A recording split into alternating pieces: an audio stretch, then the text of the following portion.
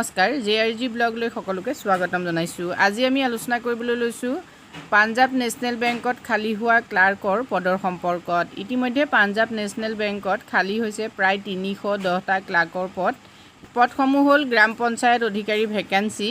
Total post হ'ল 310। Notification ইতিমধ্যে out হৈছে।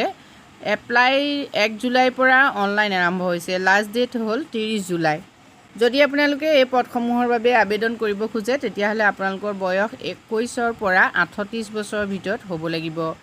এজ ৰিলেক্সেশ্যন থাকিব। ৰিক্ৰুটমেণ্ট এডভাৰটাইজত আপোনালোকে এজ ৰিলেক্সেশ্যন চাই ল'ব। ডেছক্ৰিপশ্যন বক্সৰ লিংকত সম্পূৰ্ণ নটিফিকেশ্যনখন দি দিম। এপ্লিকেশ্যন ফিজ হ'ল 1180। SC ST PWD কেণ্ডিডেটছৰ বাবে 59।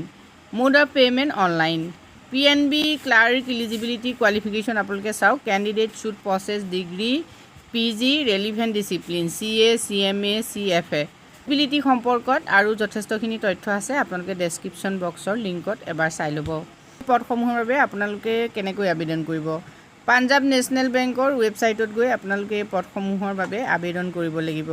আবেদনৰ লিংক ডেছক্ৰিপশ্যন বক্সত দিম, তাত গৈও আপোনালোকে আবেদন কৰিব পাৰিব। আজি ভিডিঅ'টোত আমি আপোনালোকৰ বাবে এইখিনি তথ্য আগবঢ়াইছোঁ। যদি উপকৃত হৈছে কমেণ্ট কৰি জনাব। ধন্যবাদ।